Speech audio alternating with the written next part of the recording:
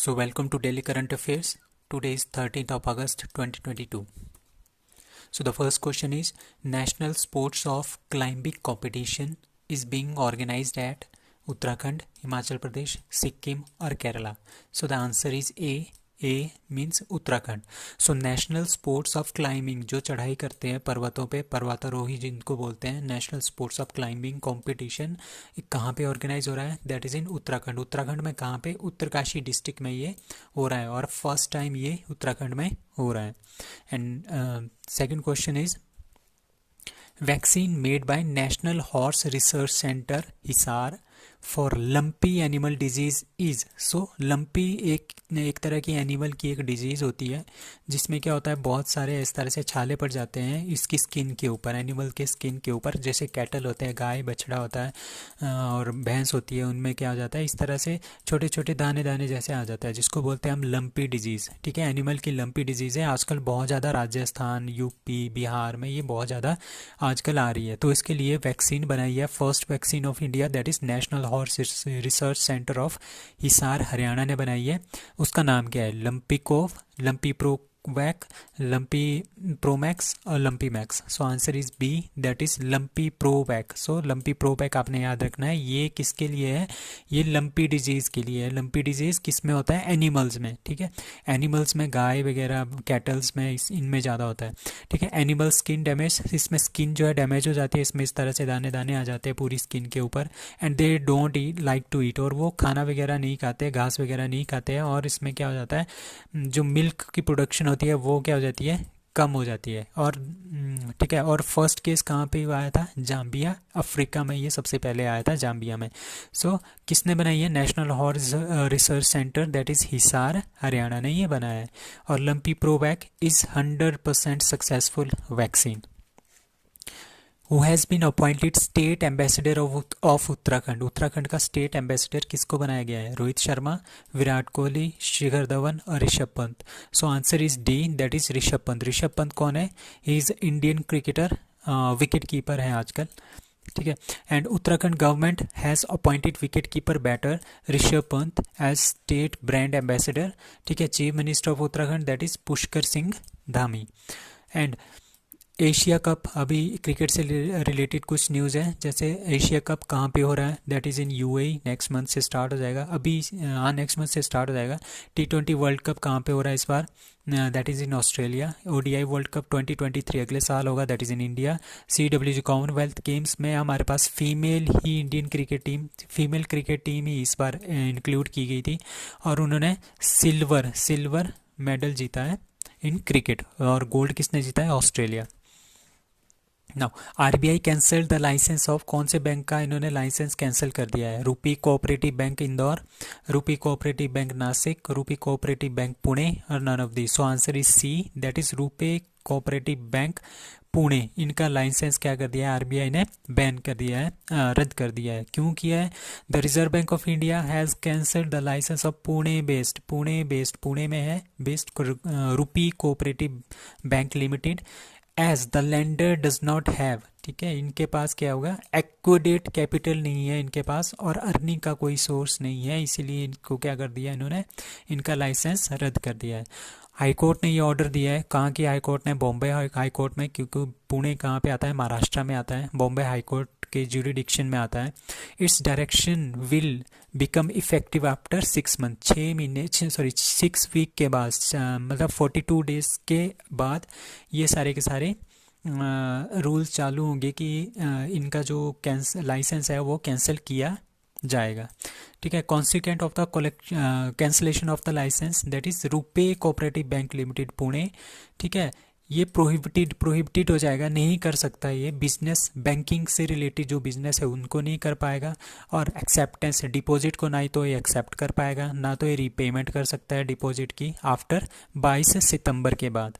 सो RBI क्या है? RBI हमारे पास है reserve Bank of India. It is founded in 1 अप्रैल 1935 को बाय हिल्टन यंग कमीशन, ये याद रखना, ये बहुत ज़्यादा इंपॉर्टेंट है। Hilton young commission that was launched in 1926 को ये गठित किया गया था कि हमें एक बैंक चाहिए, तो उन्होंने बनाया RBI, that is reserve Bank of India. और 1 जनवरी 1949 को reserve Bank of India is nationalised हो गया। अब रिजर्व बैंक ऑफ इंडिया का काम क्या है? ठीक है, ये सबसे मेन बैंक है, सबसे हेड बैंक है, बैंकिंग सिस्टम का ये सबसे हेड है, that is bank of India. And India's central bank and regulatory body responsible for the regulation of the Indian banking system. जितने भी बैंकिंग सिस्टम हमारे पास चल रहे हैं उनको ये रेगुलेट करता है। ये खुद एक बैंक नहीं है, ये बस उनको रेगुलेशन कराता है कि किस तरह से काम करना है। It is under the ownership of ministry of finance के अंडर है, government of India. Now, Spark Space Museum is launched by ISRO, JAXA, NASA, Roscosmos. So Roscosmos हमारे पास रशिया की है, नासा यूएसए की space agency, and JAXA Japan की space agency, ISRO India की space agency. तो spark space museum जो है हमारे पास किसने बनाया है? That is made by ISRO. So answer is C. So ISRO is Indian Space Research organisation.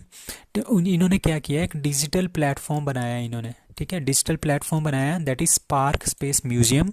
ठीक है, इसमें क्या करेंगे, ये शोकेस करेंगे जितने भी हमारे पास इसरो के मिशंस हैं, ठीक है, इंटरफेस है, इंटरेक्टिव इंटरफेसेस हैं, इसरो के जितने मिशन हैं उनके बारे में सारी की सारी जानकारी वहाँ पे होगी, जो इतनी ज़्यादा इम्पॉर्टेंट नहीं है, जो कि छुपाने लायक नहीं है। मतलब कि एक तो होता है हमारे पास सेंसिटिव डाटा, एक होता है नॉन सेंसिटिव। तो नॉन सेंसिटिव डाटा इस पे सारा होगा, ठीक है। The digital platform is known as Spark space museum, launched by chairman. Chairman कौन है? एस सोमनाथ इसके चेयरमैन है, आपने इसका ध्यान रखना है। The platform host several documents, इसमें डॉक्यूमेंट्स होंगे, इमेजेस होंगी, वीडियोस होंगी रिलेटेड टू इसरोज, ठीक है, बट ये क्या होंगी? नॉन सेंसिटिव इंफॉर्मेशन होगी। नाउ इसरो 15 अगस्त 1969 को ये बनाया गया था। The Indian Space Research Organisation is a national space agency, India की नेशनल स्पेस एजेंसी है। ये किसके अंडर काम करती है? डिपार्टमेंट ऑफ स्पेस के अंडर ये काम करती है, और डायरेक्टली इसको प्राइम मिनिस्टर ऑफ इंडिया क्या करता था? होल्ड करता है। Now next question is Nethanna Bima Yojana, ठीक है, एक वीवर इंश्योरेंस की स्कीम है, is launched by Tamil Nadu, Kerala, Andhra Pradesh और Telangana. So the answer is D, that is Telangana. So Telangana ने एक क्या किया है, एक बीमा योजना स्टार्ट की है, दैट इज निथन्ना बीमा योजना। किसके लिए? वीवर्स के लिए। वीवर्स कौन होते हैं? जो हाथ से बनाते हैं, बुनकर होते हैं, जो हाथ से कोई चीज़ें बनाते हैं, हैंडलूम और पावरलूम वाली जो काम करते हैं, ठीक है, हाथों से जो काम करते हैं अपना। तो तेलंगाना स्टेट ने क्या कर दिया, उनको इंश्योरेंस प्रोवाइड कर दिया, उनकी फैमिलीज़ को, ठीक है। इसके अंदर क्या मिलेगा उनको? After the death of the weaver, ठीक है, उनकी डेथ के बाद क्या मिलेगा उनको? 5 लाख रुपया मिलेगा थ्रू LIC। LI के साथ इन्होंने MOU साइन किया है इसके लिए, ठीक है। इन दिस रिगार्ड कब हुआ है? निथन्ना बीमा योजना स्कीम जो है 7 अगस्त को स्टार्ट की गई। 7 अगस्त को हमारे पास कौन सा डे होता है? National handloom and powerloom day, ठीक है। और किसके लिए होता है? For uplifting the overall condition of weavers community. Weavers कौन होते हैं? बुनकर होते हैं, बुनकर होते हैं जो हैंडलूम हाथ से काम करते हैं, हैंडलूम एंड पावरलूम इंडस्ट्रीज के। नाउ तेलंगाना का बना था 2 जून 2014। Medaram Jatara is a festival of Telangana. Bonalu is also a festival of Telangana. So next question is Pradhan Mantri Awas योजना अर्बन, ठीक है, प्रधानमंत्री की जो आवास योजना है अर्बन क्षेत्र में, शहरी क्षेत्र में, scheme has been extended up to, कब तक इसको एक्सटेंड किया गया था? ये जो है हमारे पास ये वाली स्कीम थी, ये 2015 में स्टार्ट हुई थी, अप टू 2022 तक इन्होंने बोला था कि सबको हम क्या देंगे? घर दे देंगे। बट अभी सबको घर मिले नहीं है, तो इन्होंने क्या कर दिया? इसको एक्सटेंड कर दिया अप टू 31 दिसंबर 2024 तक इसको बढ़ा दिया गया है by ministry of home and urban affairs, ठीक है। एक्सटेंडेड अप टू 31 दिसंबर 2024 तक ये चलेगी। नाउ कुछ एक हमारे पास योजनाएं हैं, लाइक आयुष्मान भारत 23 सितंबर 2018 को रांची झारखंड से स्टार्ट हुई थी। बेटी बचाओ बेटी पढ़ाओ योजना ये 22 जून 2015 से स्टार्ट हुई थी पानीपत हरियाणा से। मेक इन इंडिया 25 सितंबर 2014 से स्टार्ट हुआ था। एंड जनधन योजना 28 अगस्त 2014 से स्टार्ट हुई थी, और ये वर्ल्ड की सबसे बिगेस्ट इंक्लूजन योजना है, फाइनेंशियल इंक्लूजन योजना, ये सबसे बड़ी है पूरे वर्ल्ड में।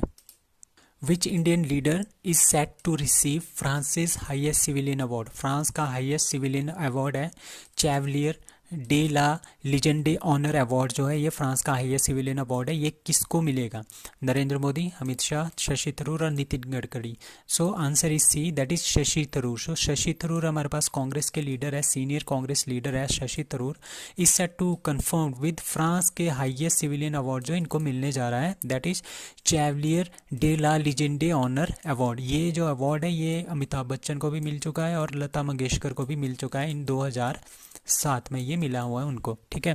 And the French government is also honouring him for his writing and speech, ठीक है। राइटिंग और स्पीच के लिए इसकी जो राइटिंग्स है, इनकी जो राइटिंग्स और स्पीच है ये बहुत ही ज़्यादा इफ़ेक्टिव होती है और बहुत ही ज़्यादा इनमें इंफॉर्मेशन होती है। तो उनके लिए क्या कर दिया इनको, फ्रांस का हाईएस्ट सिविलियन अवार्ड के लिए इनको नॉमिनेट कर लिया गया है और इनको देंगे 2022 का फ्रांस का हाईएस्ट सिविलियन अवार्ड। सो इन 2010 में क्या हुआ, Tharoor has received a similar, 2010 में इनको एक और इसी तरह का अवार्ड मिल गया है। कहाँ का? When king of Spain had bestowed upon him, कौन सा? Encomienda de la Real Order Espanola de Carlos 3 award, ठीक है। ये स्पेन का एक अवार्ड है, इनको वो भी मिल गया 2010 में।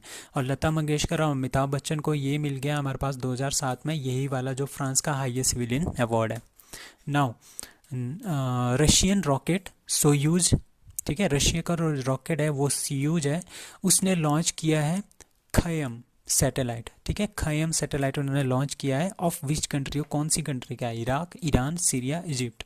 Answer is B, that is Iran. So Iran का ये सैटेलाइट है जो इन्होंने भेजा है, ठीक है। फ्रॉम बेकानूर कजाकिस्तान से ये भेजा हुआ है, ठीक है। इसका मेन काम क्या है? इसका मेन काम है कि सर्विलेंस करना, किसी अपने एरिया की सर्विलेंस वगैरह करना, दैट इज़ खयम, ठीक है। खयम किसके नाम पे रखा है इन्होंने इसका नाम? Khayyam satellite is named on the name of famous mathematician of Iran, ठीक है। मैथमेटिशियन थे वो ईरान के फेमस।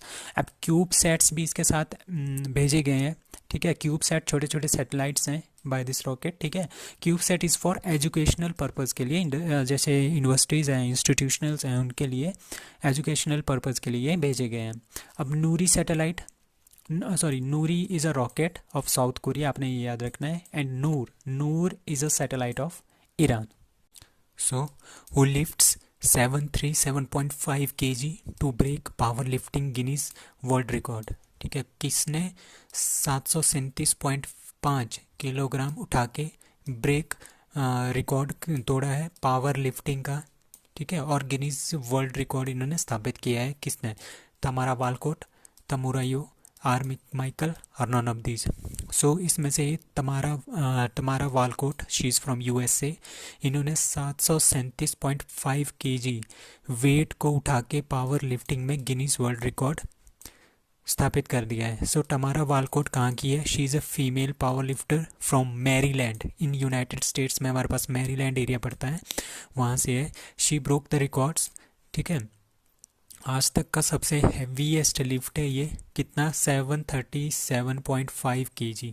सो बेंच प्रेस और स्क्वाट्स इन्होंने किए हैं इससे, ठीक है। Across 3 compound lifts, that is squat भी किया है, the bench press and the dead lift, ठीक है। GWR compared the weight she lifted with a female adult, ठीक है। Giraffe that weighs about 680.3 kg का पहले था एंड 737.5 kg इन्होंने उठा के गिनीज वर्ल्ड रिकॉर्ड बना लिया है।